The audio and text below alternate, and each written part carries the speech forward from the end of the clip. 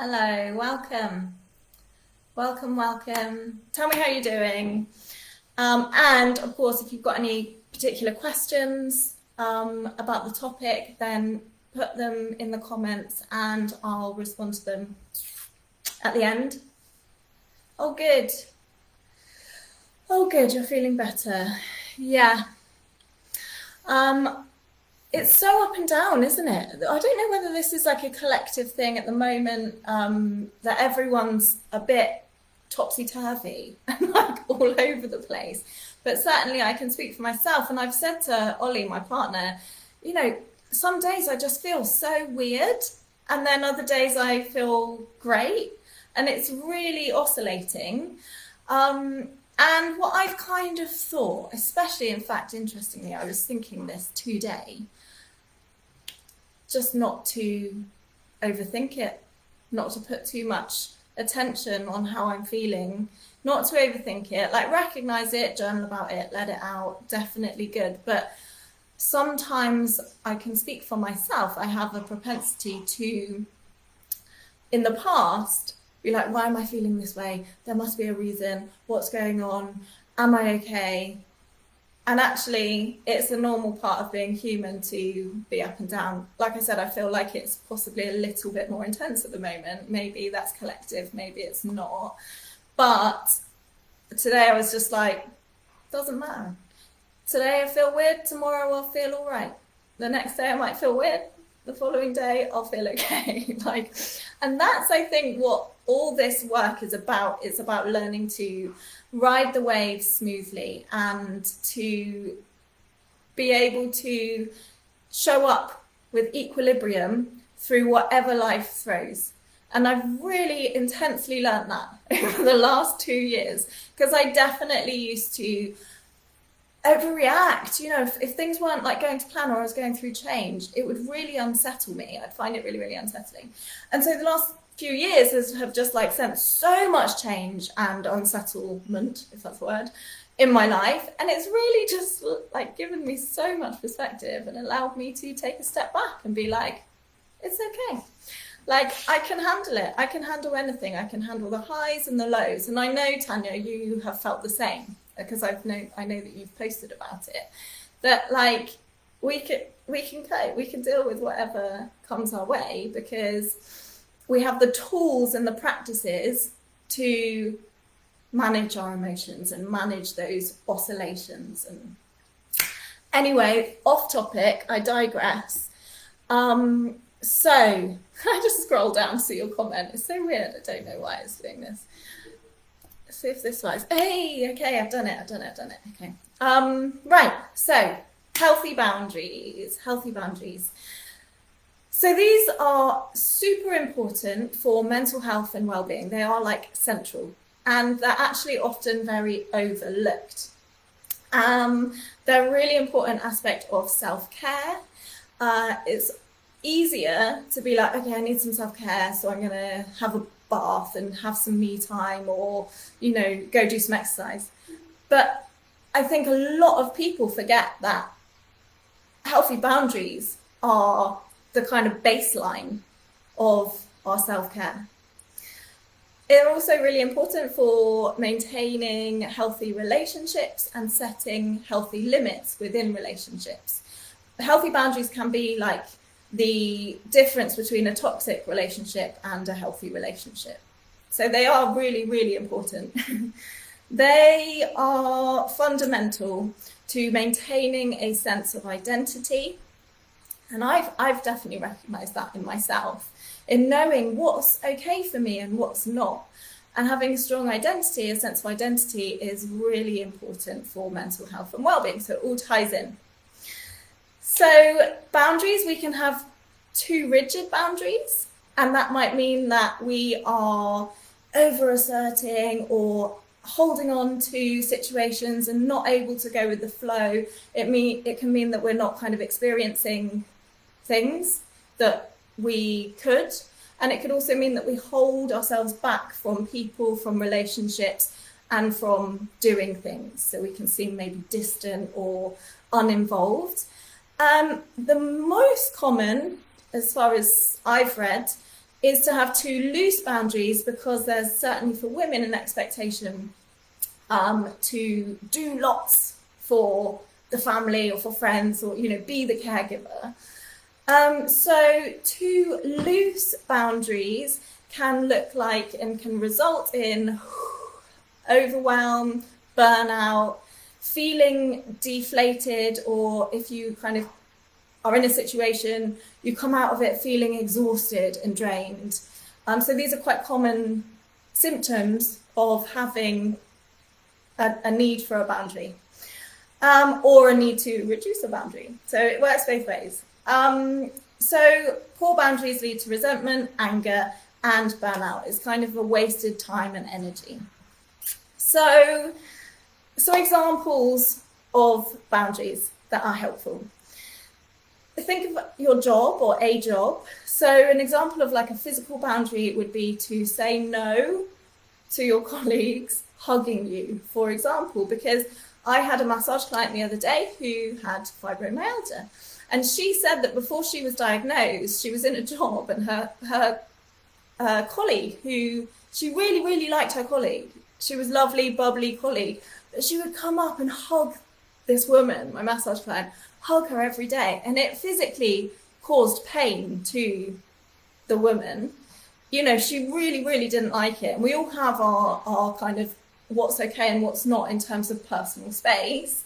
But she never, because she didn't implement a boundary from the beginning, because she didn't necessarily know that she needed a boundary here, she didn't know why, so she didn't say. And also maybe it's like socially acceptable to be like, yeah, give me a hug, hugs are great, hugs are what everyone does, and that's supposed to be okay, and if you don't like them then you're weird.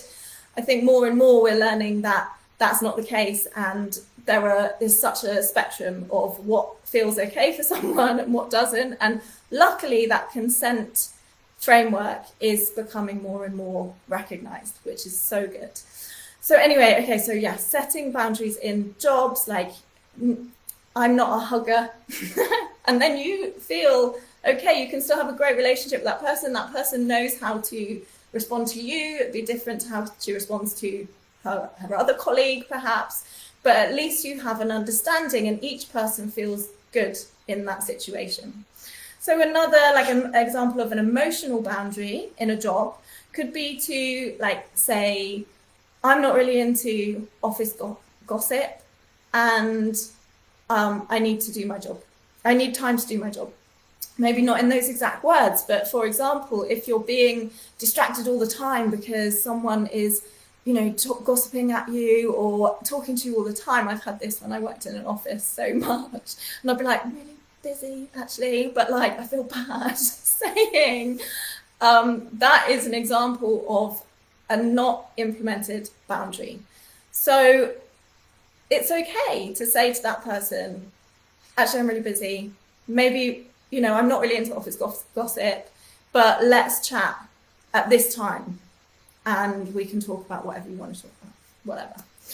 So an example of boundaries in relationships, so in a romantic relationship, for example, you could agree what chores you're willing to do, and then make an agreement of like what you do, what they do, if there's a need for a boundary there. And another one could be say no to, like, I'd rather you didn't look through my diary or my phone. Okay, and it's okay to say that because then each person knows what's okay, and it actually builds a level of trust for people. Lastly, I thought it's pretty important to include social media, because that is a place, a platform where boundaries are often overlooked and often, like, I've just seen your comment and it's thrown me. That's what happens, isn't it? So gossip brings vibrations down. Anyway, so true. What's the point of it? I try to avoid it when I can. Agree. Yeah. It's not helpful, and like you said, it does bring the vibe down and creates a culture of bitchiness, and no one wants that, because no one actually wants to be bitchy, I don't think. Like, I certainly don't. I don't like talking about other people. it makes me feel uncomfortable. And I think that I'm not alone in saying that, but there is a kind of culture of gossip. Gossip is like a normal human thing because it allows us to understand relationships in our community. But when it's kind of insidious or overwhelming or over the top or bitchy, then it's unhelpful. Agree. So where was I? Social media is that platform is full of oversharing and potentially draining your energy. So if you feel depleted after using social media, then maybe you can look for those apps that say like you've been on social media for this much time and kind of like shoves you off. I think there are apps that do that. And also if you feel that your colleagues or friends or whoever are sharing information about you that you'd rather they didn't, then you can talk about that and ask them to not share information about you. You know, it's have the conversation, people understand. It can feel difficult and challenging to ask people or set boundaries with people, but once you do, it really kind of eases a relationship. And if that person doesn't accept your boundary or reacts really badly, which some people do at the beginning, like it is normal, especially if you haven't set boundaries from the beginning, they get used to it. And if they don't, they're probably not very constructive part of your life. You know, this is for your self-care. I'm going to go into this later. Another really important aspect is to appreciate other people's boundaries as well. Like if you're going to implement your own, you have to be receptive to other people's boundaries as well. So your comment, unless I need advice on handling a situation with someone, why not say something positive instead of gossip? Yeah.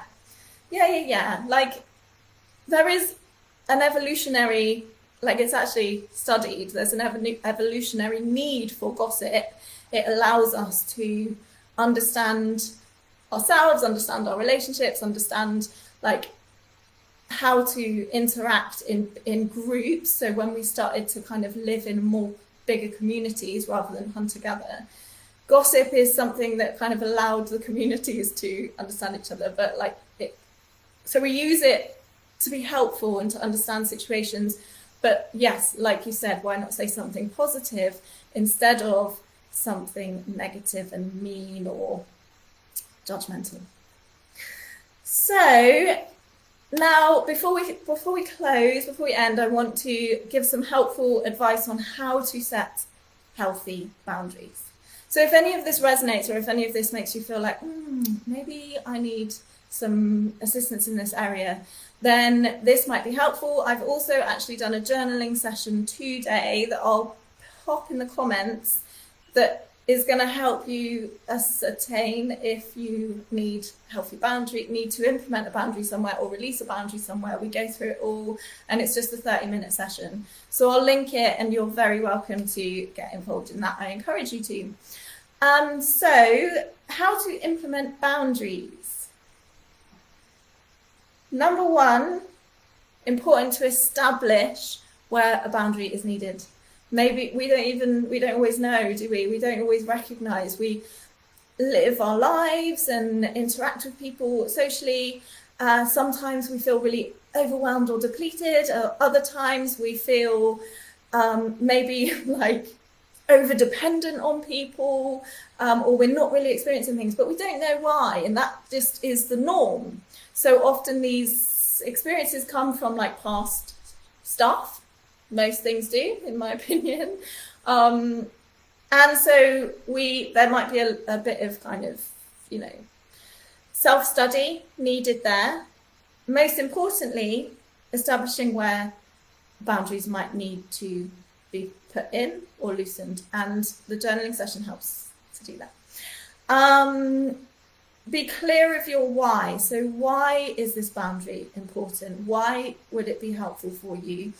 Why is it going to make you feel better? So you know in yourself the reason that you're setting this boundary.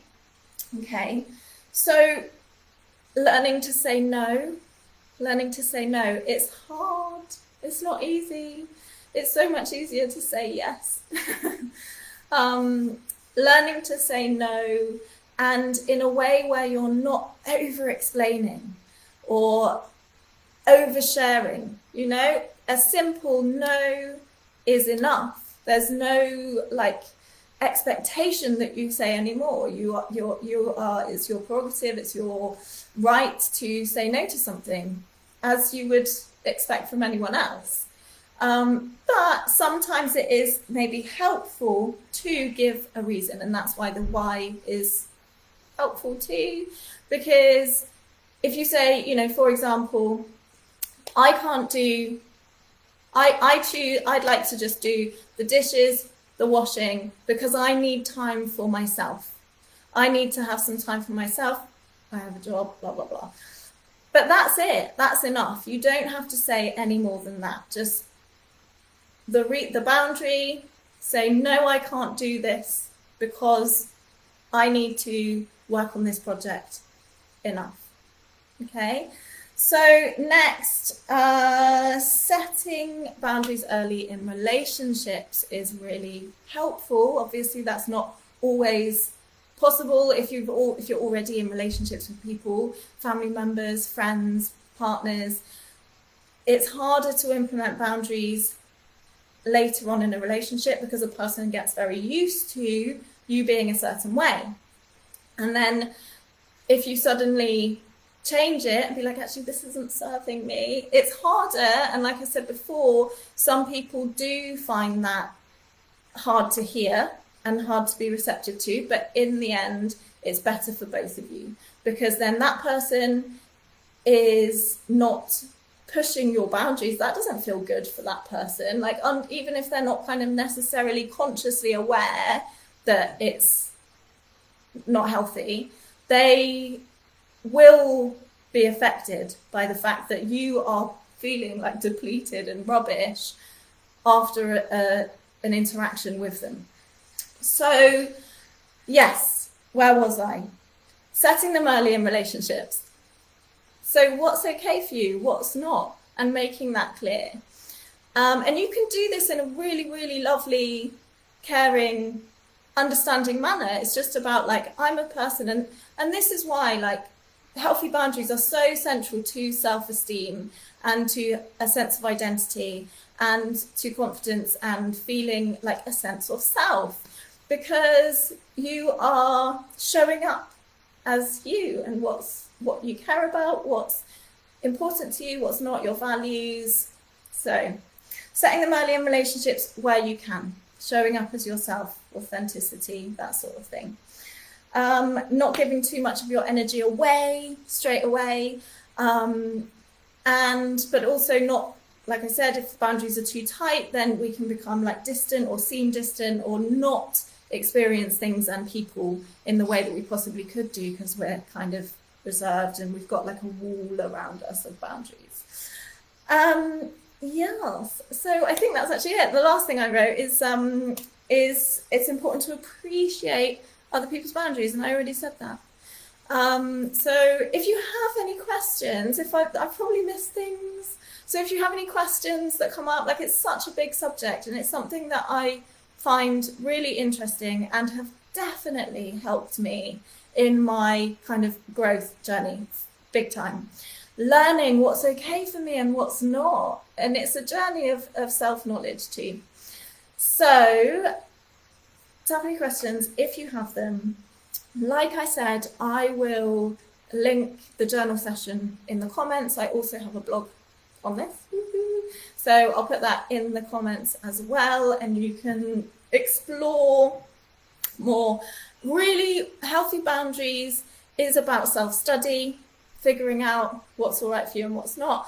And a way to understand if a boundary is needed is like tuning in with yourself, how you feel around certain situations. If there are situations that make you feel uncomfortable or depleted, or whether you feel like you're holding on too tight and not kind of like, okay, go with the flow, don't need a boundary. Okay. Okay, you're so welcome. Thank you for coming. Thank you for joining. It's so nice to have you here. Lovely. And we have someone else here, so hello and thank you for joining. And say hi if you want to. But I will leave you all now to your evenings, your Thursday evening. It's a bank holiday, so enjoy Easter. I think me and Ollie are actually going to take a bit of time off work, which will be so nice. So yeah, have a gorgeous weekend and eat lots of chocolate if you're into that. I definitely will be. Okay, I'll say bye now. Mwah.